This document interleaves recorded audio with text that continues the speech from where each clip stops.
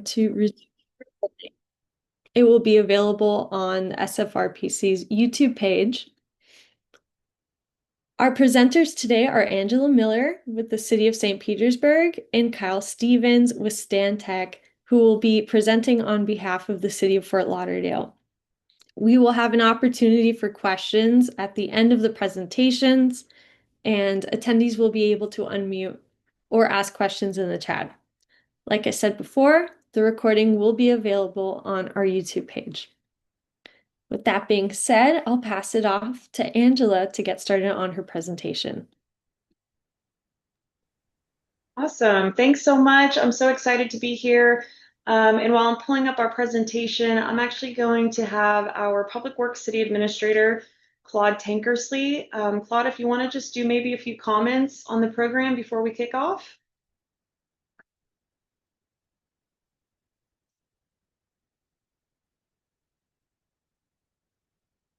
Haley, are you able to unmute him? He might be locked. There we go. I just Thank said. you. Thanks. Thank you very much. Hello, South Florida. It's good to be here with you guys today. As many of you are probably dealing with, the city of St. Petersburg has a massive amount of work to do ahead of us for our stormwater systems, in large part because of changes in the storms that we are seeing due to climate change. Here in St. Pete, we believe in climate change. We say climate change, and we're reacting to climate change. So what we discovered when I joined the city back in 2016, I discovered that our stormwater utility was only allocating about $2.5 million a year towards stormwater infrastructure, which is nothing. You can't get anything done for $2.5 million a year. We had a stormwater master plan that estimated we had several billions of dollars worth of work that needed to be done. And so we knew we had to start, raising those utility rates so that we can cover the work. In the process of doing that, we realized that all of our single family homeowners were paying a single flat fee, regardless of whether they had a huge McMansion or a small little bungalow, whether or not they had a lot of concrete on their property or whether it was all nicely and natural. And so we started working with Stantec to come up with a way that we can allocate the responsibility for stormwater to our single family properties based off of the amount of impervious area they have on their property. So we started this back in 2017, I believe is when we started it. And we implemented that program. It's called a tiered rate program. And so to talk about it is Angela Miller. She's a senior manager within Public Works here in St. Pete, and she was the lead for the city of St. Pete on developing this program. And as I said, working closely with Stantec. So Angela, you want to walk us through how we came up with our program? Absolutely. Thanks, Claude. All right. So as Claude mentioned, this was done back in 2017 when we started these conversations. Just to kind of kick us off on where this began. This actually the concept of the tiered rate billing system started with actually one of our council members, and I believe he ran into this new methodology, at a conference or in one of his meetings, and he brought it forward to our administration and our other council members to start kind of walking us through this really new best standard practice that utilities across the country were starting to implement for their stormwater utility fees. And really the big piece here is that we started realizing that we were billing our customers differently. Our single family customers, as Claude mentioned, were based on a flat fee for their utility bill for stormwater, while our other customers, commercial, certain multifamily, they were already being charged on their impervious surface area. And so really the takeaway here was, our council and our administration and our mayor decided that we really wanted to be equitable and move towards fairness in our billing system and our billing practices for stormwater customers and start charging all of our customers the same way. And so with that being said, we did start that development. It got adopted in 2018 to begin the budgetary review. Like, how much is this going to cost? I mean, this is a pretty big lift, a pretty big program. And so 2017, 18, and 19 was really the preparation and the process of bringing in a consultant, identifying the budget to do a program like this. And by the time we were done, we were really targeting that 2020 fiscal year for adoption. So just a big takeaway is this is a 3 to 4 year process. At least it was for our city. Definitely not something that we could have done like in one fiscal year. This was a multi-year program. And then on top of that, this was something that took a significant number of individuals and special expertise technically. So all of our technical staff. So I think when you start thinking of stormwater, utility, obviously you think of your stormwater team and your engineering team, but this brought in almost actually more than 10 to 11, 12 different departments across the city. So this brings in your big legal, component, marketing and communications, just a significant number of, budget, finance, the list kind of goes on and on. So you really need to have a good buy-in from that group of folks as you get started on these discussions. Technology services, our billing system was a very antiquated system from many, many decades ago. So we had to have those conversations from the very beginning with our technology team as well as billing collections as to whether we could even do this and what would that take. So definitely bringing in all of those departments and having that stakeholder ID from the very beginning is a critical component when you start these conversations. So just kind of taking a step back to the basics of what is impervious surface and what does that mean? So I think, common word pervious, in my mind, I think like a sponge, right? It's a pervious surface, water goes into it and it will seep into it. Impervious is the very opposite. So the pictures on the left, kind of an easy example, asphalt, roofing, walkways, porches, the water hits these surfaces and then runs off. And so that picture in the middle really gives you a good graphic as to how that affects our stormwater system, because as it hits, our individual properties, it creates those downspouts and that runoff into our streets, into our storm drain inlets, and then ultimately into our water bodies. And so this really is impacted depending on how much impervious surface is on each individual property. When we started this analysis, I think when you look at these pictures, you're like, oh, that makes so much sense. It's so like common sense. But there's some really unique things on people's properties. And so definitely developing like policies and procedures of how you're going to approach unique components on people's properties is really important. A few that we ran into, very popular in Florida, is that crushed shell. So if you can park a car or park your boat on a crushed shell driveway, it's probably pretty impervious. And so we kind of had to have those conversations, but there really isn't a right or wrong. There's not a lot of background or legal, stating which way is the correct way. So those are definitely conversations you have to have with your administration as to how you're going to approach that. Pools was another interesting discussion. As well as just any of those driveways, that are dirt or just not concrete. So just something to think about. So at the time, this was our program. Our previous stormwater rates program had that single family flat fee. And then our impervious surface was all of our like large, commercial and multifamily properties and developments. And so as we were going through the billing and collections data system, there were definitely some things that we ran into, some lessons learned, and that's really on how your billing and collections charges each of these different properties. So you'll really have to dive into pretty much every single property owner and how they're being billed. And so we had to come up with some, unique folks that had like condo associations and identify like how are they being metered. If it's one condo, is that tied to just their own meter, or are they a condo development where they have like a master meter?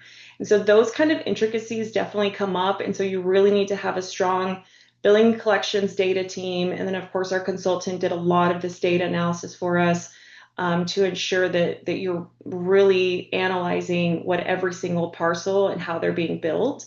And it's not as simple as, oh, it's a condo, it's multifamily, it's impervious. So you really have to kind of dive into that information in order to do this accurately and correctly.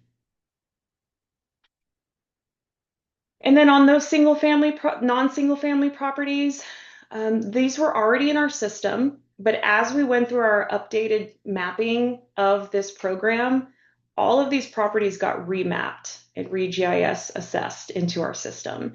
And so this was definitely impactful for some individuals, some customers that may have had very old antiquated billing and mapping on their properties may have changed over time that just wasn't captured in our system. And so really for them on the non-single family properties, it was really just reassessing them to make sure that they were where they need to be in today's day and time.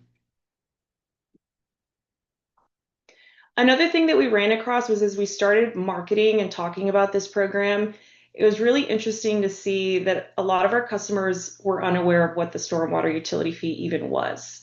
And so for us in St. Pete, we have a wonderful, large operating department that manages this program. We have 245 positions that are just in the stormwater utility, not including our engineering folks. And then about $173 million 5-year capital improvement program right now.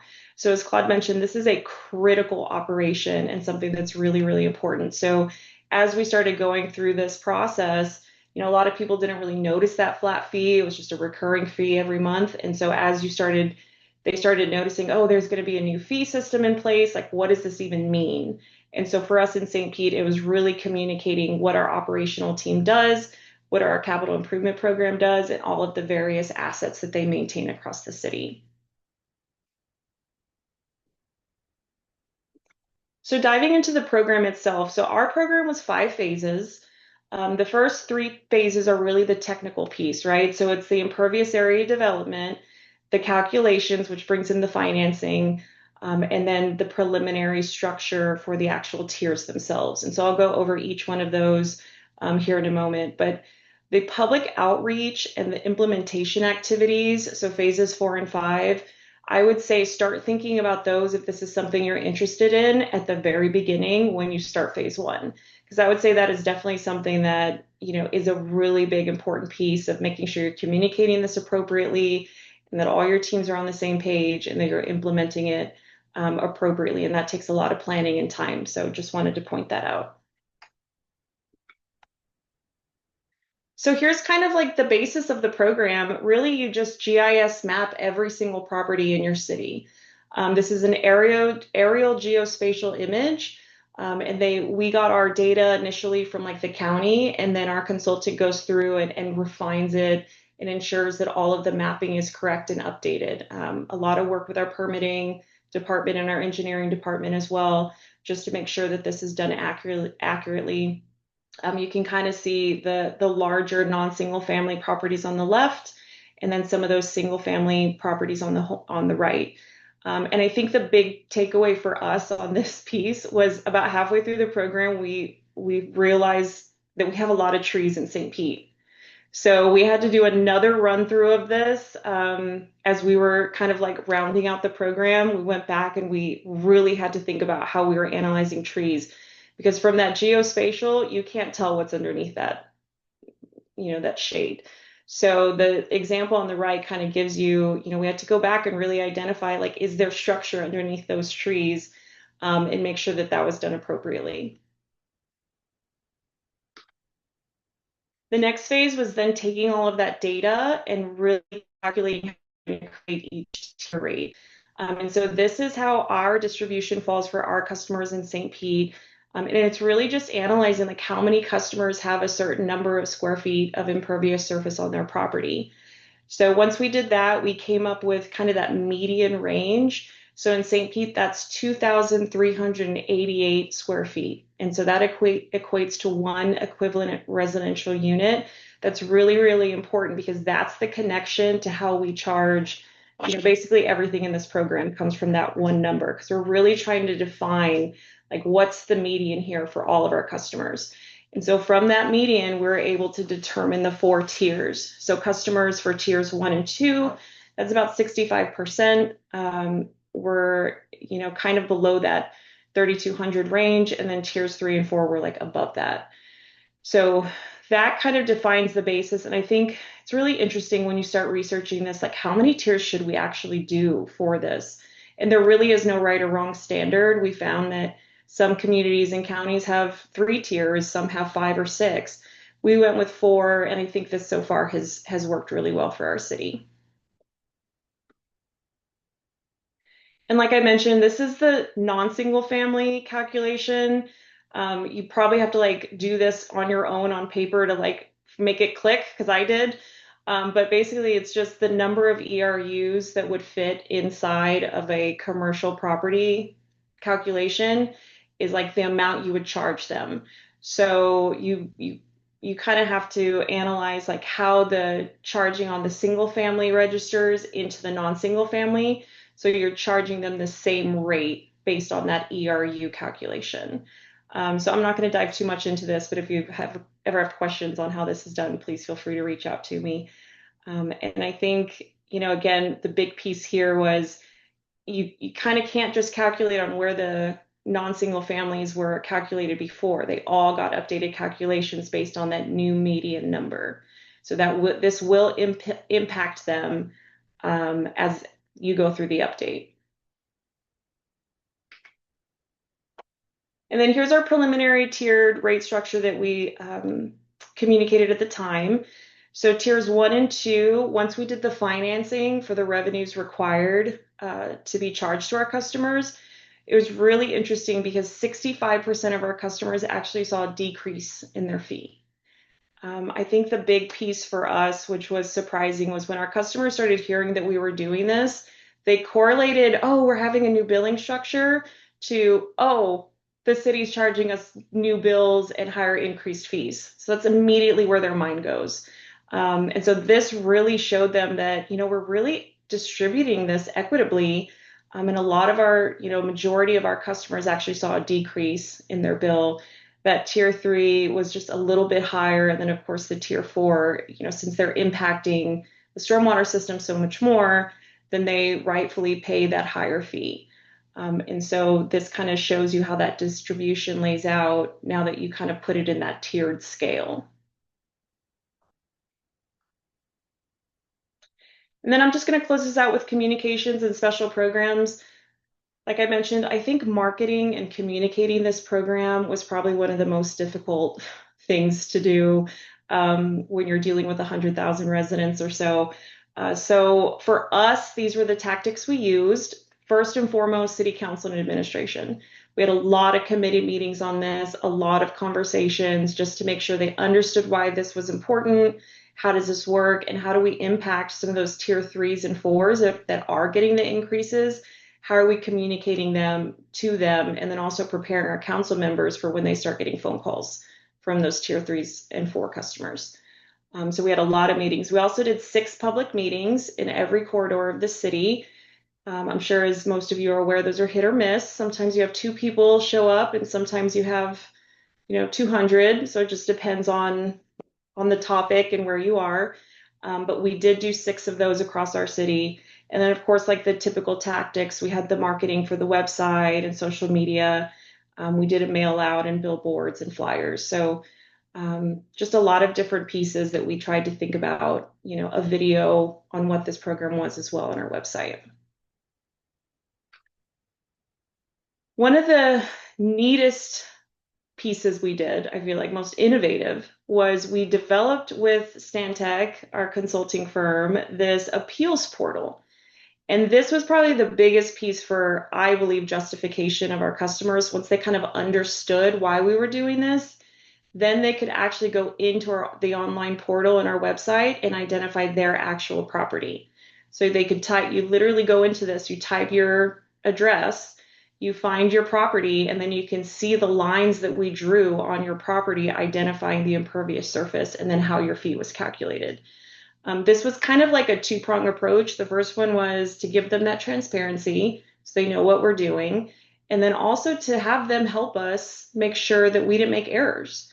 This is a lot of information, a lot of data, and so it was very helpful to have people look at their own properties and tell us, oh no, that's an old, sidewalk we had. Now I have this, all landscaped. It's no longer, impervious.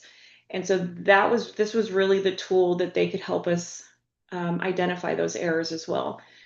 The only thing to think about on this one is that the neighbors can see the neighbors can see each other. So we had a lot of neighbors like submitting appeals on their neighbors. Like it was really interesting just to kind of say, oh, my neighbor next door, they're being undercalculated. And so just keep that in mind when you go through this program, that there is transparency, which means that it's transparent amongst each other as well. And then this is just kind of a closer look as to what this looks like. So you can see like you click on your property and then there's the home. We counted pools as pervious, so you can see where the little pool was cut out. And then they can see their tier as well as what their impervious area calculation is. And then they can go through and submit a appeal to the city. The thing about this piece really was just ensuring that your staff have capacity and that the workflow for processing these appeals is like really put in place and well developed, so that you can have a good turnaround time on getting these things assessed. And then I'm not going to dig too much into the last two slides. I'm sure you guys are familiar with credit programs for mitigation. So we do have this in St. Pete. So just another tool and tactic, really this is the environmental awareness, like are people utilizing this program as a way to not only save money, but also decrease the impact of stormwater in our city. So we do have a credit program for large, commercial non-single family properties. If you have a retention pond or detention pond, you can apply to us to receive some credits back on your monthly fee. And then on the non-single family side, on the single family side, we offered a variety of rebate programs, where if our customers put a rain barrel, rain gardens, developing a green roof, permeable pavements, all of those things could be assessed through the city and then rebated back to them, because those really all do take, some of the impact off on our system and our operations. So this was a really, really good new program that we implemented through the stormwater tier rate development as well. And it was really well received, just for some of that environmental impact on our customers as well.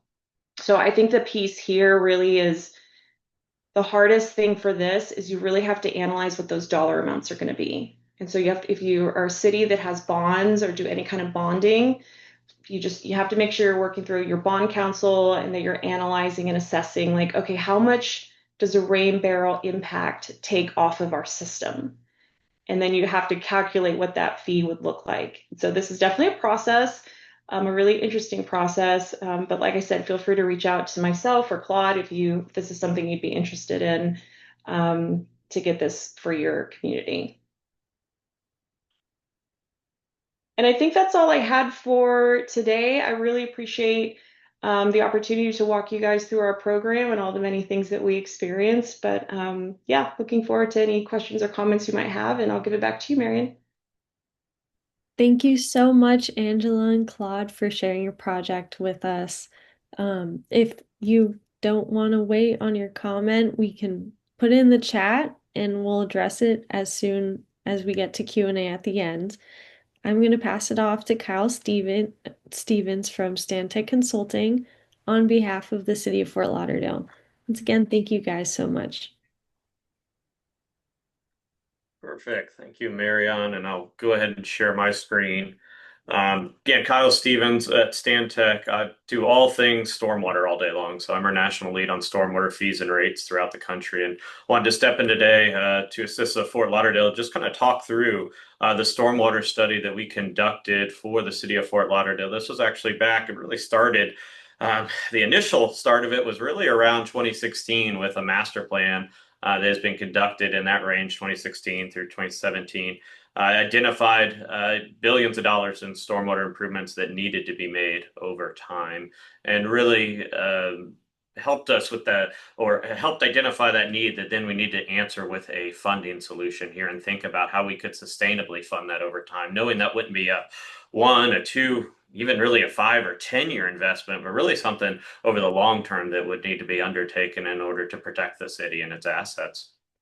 And so what I wanted to do today is just walk through that study, some of the key components of that study. We'll walk through and order exactly how they were conducted in the study, and I'll mention some of the key learnings there or key connections that we made as far as the data points that came up within the study that we then brought together all under the umbrella of the study. So really it started with the needs. We're going to talk through the basis of stormwater fees and why this one is a bit different than the way anyone else does it within the state and maybe really within the country. I've only ever seen one other one that uses trip generation rates that we'll talk through today. And then finally talk about some of the customer examples and really impacts. We know we needed a lot more revenue here and there were significant customer impacts. And I want to talk about how this unique structure interfaces with customers and how they benefit from the stormwater system and the work that gets done on the stormwater side of public works. And then at the final part of the presentation, I'll just talk about the fee collection method. So utilities broadly in the state use either the utility bill method, so collecting it alongside the water, wastewater bill on a monthly basis, or non-ad valorem tax bills, putting on the tax bill once a year.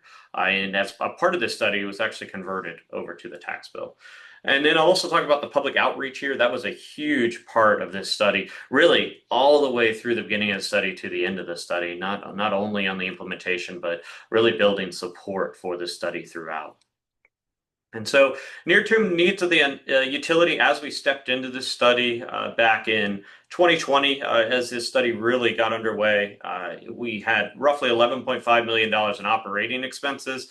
You know, your normal swale cleaning, scuppers, street sweeping, all of that type stuff. And then at that point in time, they had about $4 million for reoccurring capital. So an annual budget, $4 million. Claude mentioned the $2 million in St. Pete. $4 million still doesn't get you very far, even if it's double that. That's a very small budget for the size of the city of Fort Lauderdale. And it's very small if we think about in terms of that broader, billion-dollar number plus billion-dollar number for the amount of needs that were out there. What we concentrated in on this study was phase one of the master plan. So what they ended up doing is taking that over $1 billion in project costs and breaking it up into phases, roughly $200 million, which you could get your arms around, you could do the design for, and then think about the funding for those projects in order to get them accomplished over roughly a 5-year period. At that time we were looking at between design and implementation construction of the project, and that was unfunded at that time. The fee was not set up or the utility was not set up to provide that level of funding at this point in time. So goal here was really to ensure that over the long term, we could not only do this project, phase one, but we could put a system in place where the stormwater utility would have a sustainable fee structure that could be adjusted over time to continue to meet the ongoing investment needs of the utility. Recognizing we're likely going to need to borrow money up front for this, and then in a few more years when we get to phase two, some additional tranches of debt would need to be taken out in order to accomplish these projects. So I just wanted to show this kind of graphically. These are the screen captures that were shown to the commission. This is a financial model where we plugged in those financial needs of the utility and looked at kind of the diagnostic view. If you go to your doctor and say, how am I doing?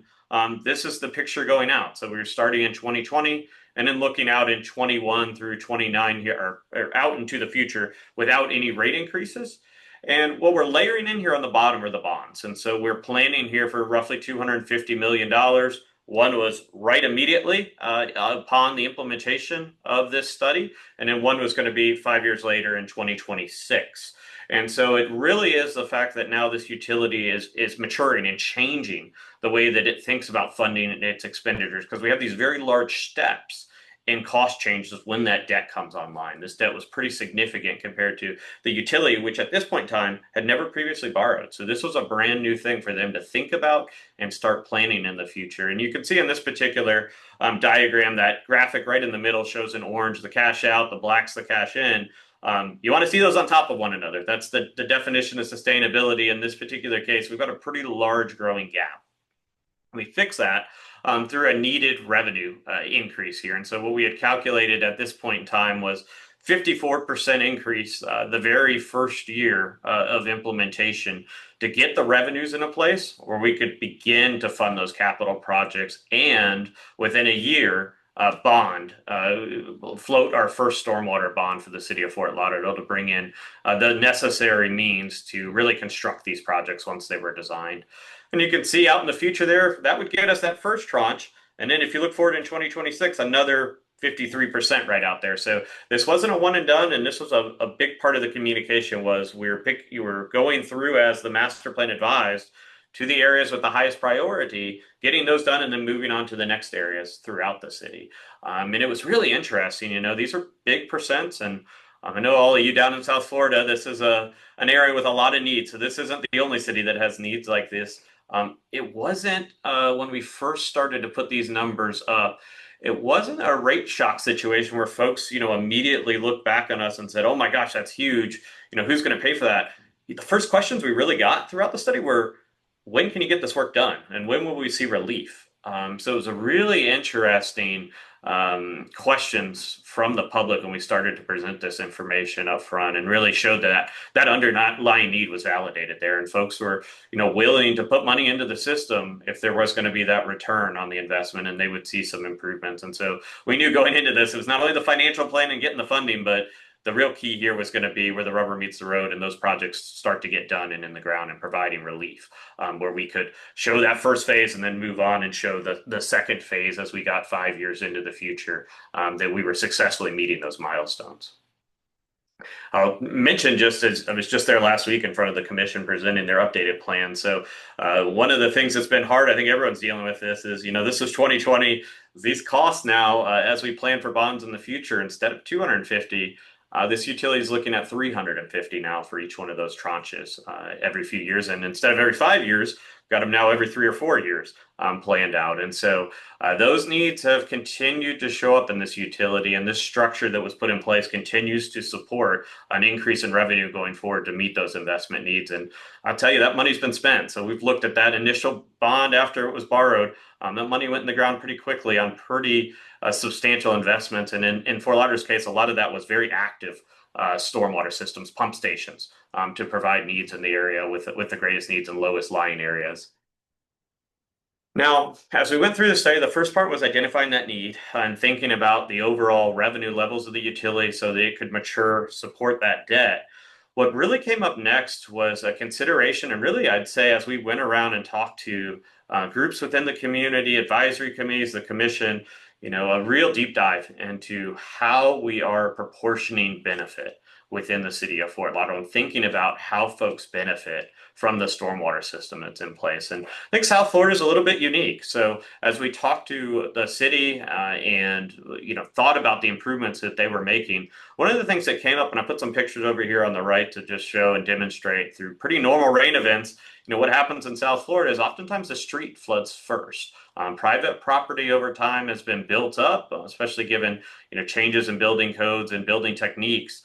Private property is built up, but the road was really where they were seeing a lot of impacts, and that currently wasn't considered within the stormwater fee. And so I put on here on the left kind of the normal ways that folks will look at measuring the utilization of the stormwater system. So, they don't have a separate utility taxable value, and then we typically go down to more parcel specific units, dwelling units, maybe the gross area or the pervious area or the impervious area. What we brought into the fold here was trip generation rates. And so knowing that a good portion of work was going on to keep streets clear and passable, as well as provide ongoing access to private property, to provide for streets that allow emergency vehicles when you call them to be able to get there. Trip generations was brought in to be that measurement of benefit or utilization of the stormwater system, and understanding that a lot of this work was going to keep those streets clear. And I remember so vividly in my mind going down there for one trip and coming out of the hotel at 7 in the morning, and the street was totally flooded with no rain or anything, just due to the tidal event. So that was another really key consideration here, right? We're in South Florida and in many places in Florida, we're not just fighting the rain and dealing with storm, we're also fighting the coastal waters and the proximity to those receiving bodies that sometimes when they're really high in those king tides are not only just taking our storm, but also filling up the entire system. And so there was a recognition of really the meeting of these needs in the street where a lot of the work was happening. And this next slide just kind of highlighting what ITE trip generation rates are. They're often used more on the road side of the equation. So road impact fees, we'll use these often. It is essentially a determination and a study of how different land uses generate trips within a road network. And I've put here some comparisons. So single family home on average about 9.44 trips per day, kind of coming and going, as well as all the different services that may come to that house within a day. So think about Amazon or various things you'd have delivered. It's really trying to encompass all the trips that would be coming to that house in a given day. Different land uses, however, are measured differently. So gas stations, commercial, are often measured on a per 1,000 square foot basis, which is really interesting because it starts to pick up that size dimension in that different land uses may have a really significant impact on the street network and benefit greatly from keeping it clear and passable during those rain events or even from tidal events. The other thing that was super interesting for us as we thought about this is one of the key parts about Fort Lauderdale as it's continued to develop and redevelop is it has gone more dense and more vertical. And traditional stormwater metrics have a hard time with that. We know there's big benefits to folks when they live in a high rise. They're all using the stormwater system in this particular benefit when it's a clear and passable road. But if we're measuring impervious area, we don't see a difference between a single-story building and a 30-story building if the overhead footprint's the same. This particular metric gives us an idea of maybe some of that benefit that is spread vertically, that folks are using the roadway network, and that vertical development does get a significant benefit from it, even if the overall impervious footprint it is no bigger, right, or no different than another parcel. So it's just a different way to try to combine and think about the benefits that the stormwater system is conveying to the residents and ultimately the parcels within the city. I should also mention, in order to do this, we had to essentially, the ending structure here is a hybrid model, if you will. So what we ended up doing is we didn't want to go fully one way or the other. We recognized there was a significant benefit to keeping those roadways clear, passable, as well as the activities in the stormwater system that are directly connected to the roadway. But we also know that overall, the impervious area that we just talked about, the gold standard of measurement in the industry here for stormwater is still important. We know that when you pave over parcels, that creates more stormwater that we've got to deal with. So we wanted to keep this structure balanced, and we ended up with a hybrid model. The idea that we would take our overall revenue needs and split them between the current fee structure, which is effective impervious area, it balances parcel size and the amount of impervious area, and then mix it in now with trip generation. And what we had to do in order to do that was take one deep dive into the expenses of the utility to understand and come up with a defensible way to split that revenue requirement. How much would we put on trip generations versus the current fee structure? And what we ended up doing is a cost of service analysis to attach the trip generation part of the fee structure to quality activities where the impervious side was attached to quantity type activities. So thinking about those two core functions of a stormwater utility: move the water, protect private properties, but then also, knowing that in South Florida, we're connected and we're adjacent to very sensitive ecosystems. And we're using oftentimes those receiving bodies to take the stormwater. There is a good amount of activity. Think about street sweeping as well as the scuppers that go into trying to keep trash and debris out of those waterways at the end of the day. What we did on this next screen is we went division by division, line item by line item with staff, and really, I love to have these discussions, really getting the folks in the room that know the system the best, what's happening on the ground, to go ahead and break up the expenses between quality and quantity. And you can see here, I've kind of outlined for each individual cost center that the city of Fort Lauderdale had in dark blue, how much of it was really quantity fundamentally related, dealing with a total amount of volume we're dealing with versus, quality. And we went through, and you can see some areas like the watershed asset management, very much quality, thinking about the overall quality of the watershed. On an overall basis, we landed on a pretty even split of 20% was related to quality and 80% related to quality. I should say a round number, not an even split, between those two.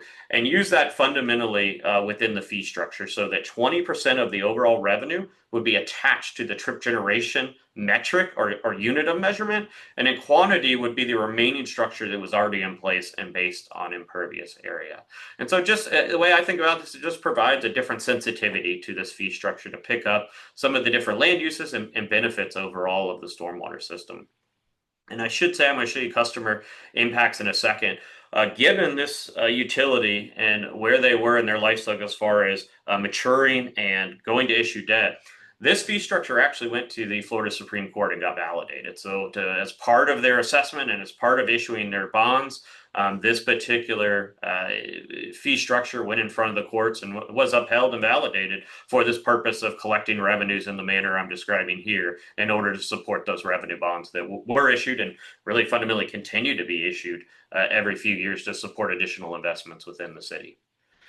So I thought what I'd show here is just a few examples, just to really put this, where the rubber meets the road from a fee impact. It is a little bit unique to think about this hybrid structure and the way that it impacts customers. This is just a single family home. I put this little bar down at the bottom here, this bill proportion that's related to chip generation or current structure. You'll notice just over the next few slides that this bar will slide back and forth. So depending on the given land use, more or less of the bill is going to be trip generation related, even over that 20% we talked about, because some land uses are very heavy in their utilization of the street network, and therefore we've assigned more benefit to it. But we were seeing, significant increases here. As I mentioned, these fees increased. The overall revenue needed to increase 54% in this first year. So you can see that single family homes going up $90.26 or $7 a month. Now, this is where things get really interesting. I mentioned the vertical component of Fort Lauderdale, and that was a key consideration here. When we looked at the current structure, knowing that it's parcel-based, fundamentally impervious-based, or effective impervious area, you could look at a high-rise, divide the bill out by the number of units, and you would see in a number of cases, especially for some of the more vertical developments within the city, that bill would come out oftentimes to under $1 per unit on a monthly basis. This example right here is kind of a mid-rise, and you can see right now that the monthly bill here when we did the study was roughly $3 a month. Comparing that back to the single family, very big differences here. With the trip generation structure in place, what you'll see is a shift or recognition of some of this vertical benefit here. And so the bill goes up here a little bit faster than the single family bill. And also now we're billing on a per unit basis here because we're recognizing, at least for that portion of trip generation related, the units are the ones actually deriving the benefit in that particular case. And so it takes into account that continued redevelopment or vertical development across the city within that portion of the fee structure. And finally, a commercial example here. Commercial gets a lot of benefit from the trip generation side of the equation. So this is a supermarket example. You can see the current bill there was $3,200 a year. The calculated was $22,500 a year.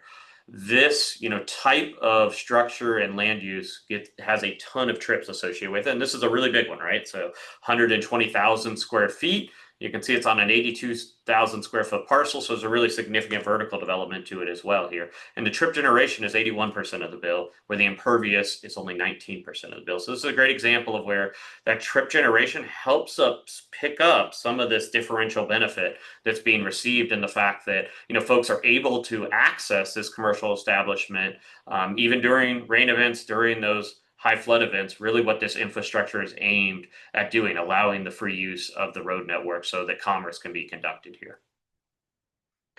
And then finally, I just wanted to talk about the collection mechanism, and I put a comparison up here.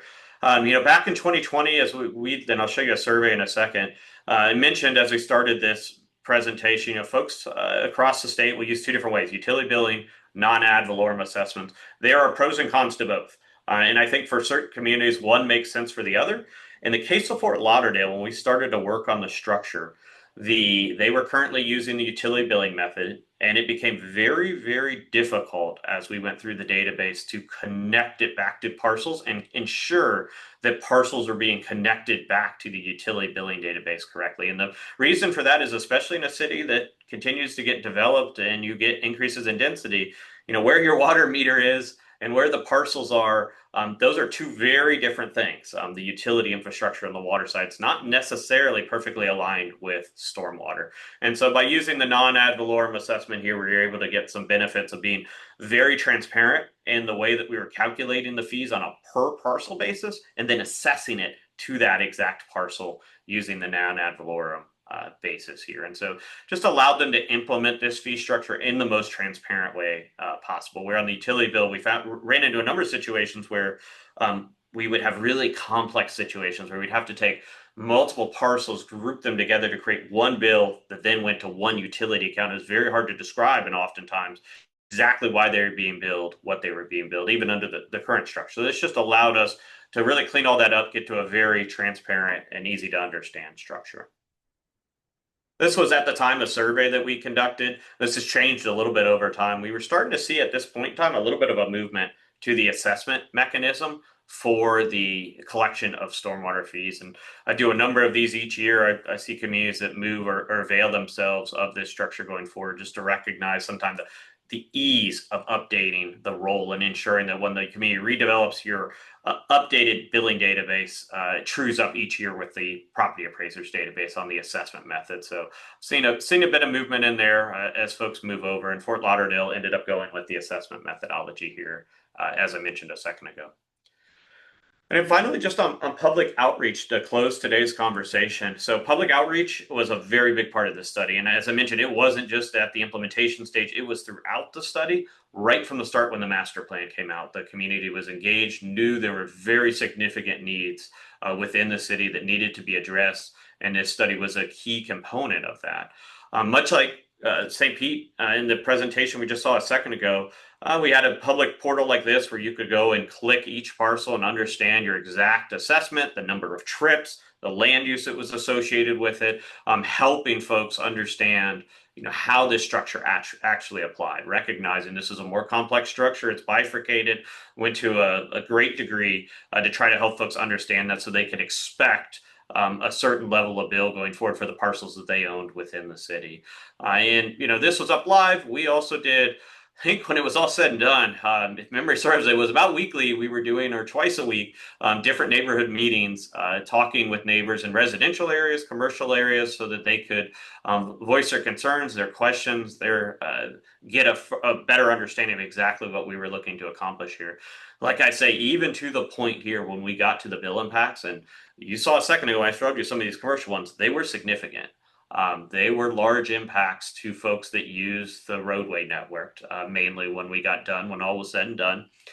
There was still a pretty large understanding within the community here that we are okay paying much higher fees as long as there is going to be tangible benefit here. And that was a clear mandate that we received on the backside of this. And the city's really been, ever since this project's delivered, working on meeting that, right? Meeting those goals overall of putting that infrastructure in. And as I mentioned, those investment needs have grown, and they've continued on a path of raising rates and showing that impact in the community overall every several years as they go through those next phases of projects and really look to meet that overall investment need in the next 15 years.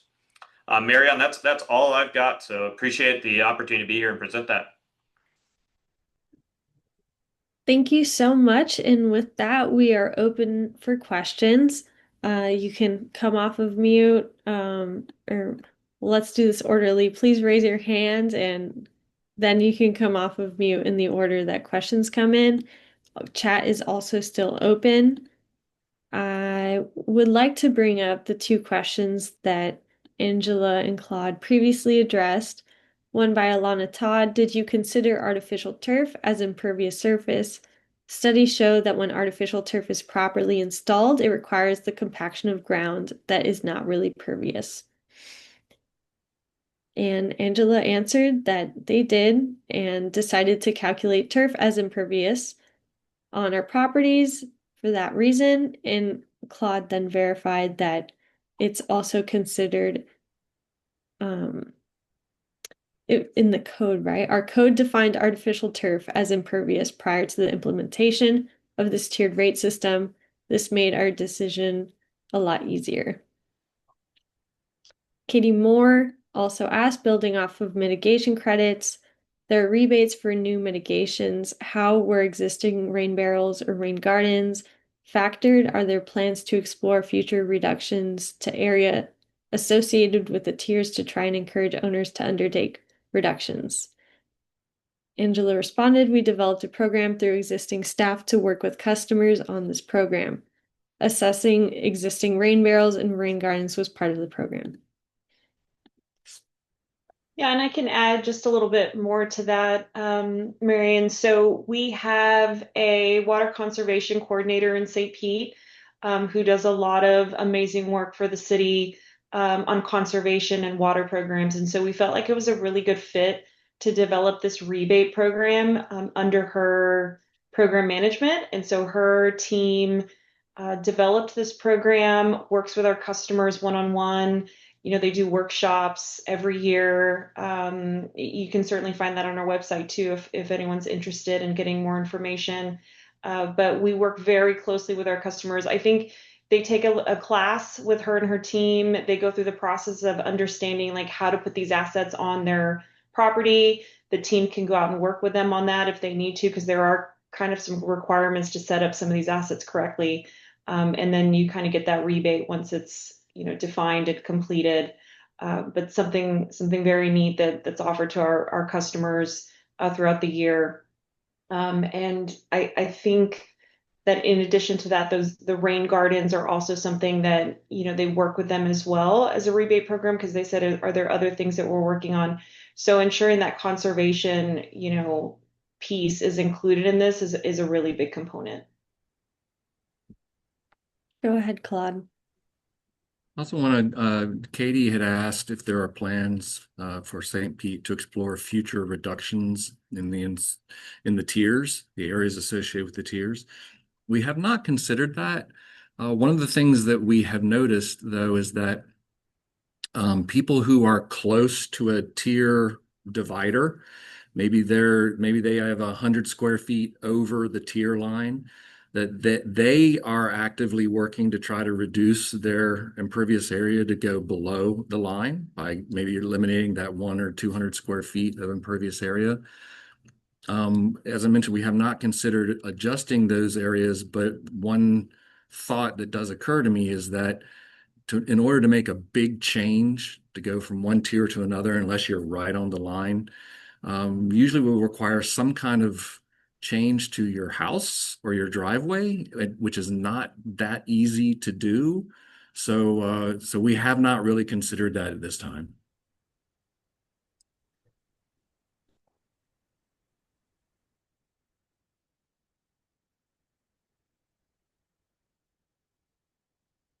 Thank you. And we still have 5 more minutes for any questions.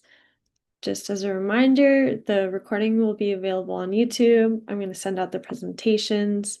And Angela, Claude, and Kyle are available for any questions you might have afterwards. I really appreciate everyone joining, and I hope the webinar was informational and that you'll be able to take this back to your communities and hopefully get some good projects out of this.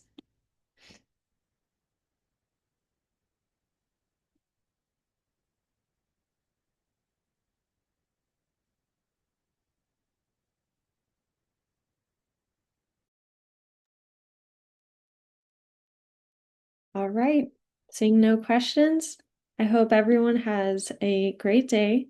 I'm going to stick around till 3 o'clock at the very end, but thank you all for joining.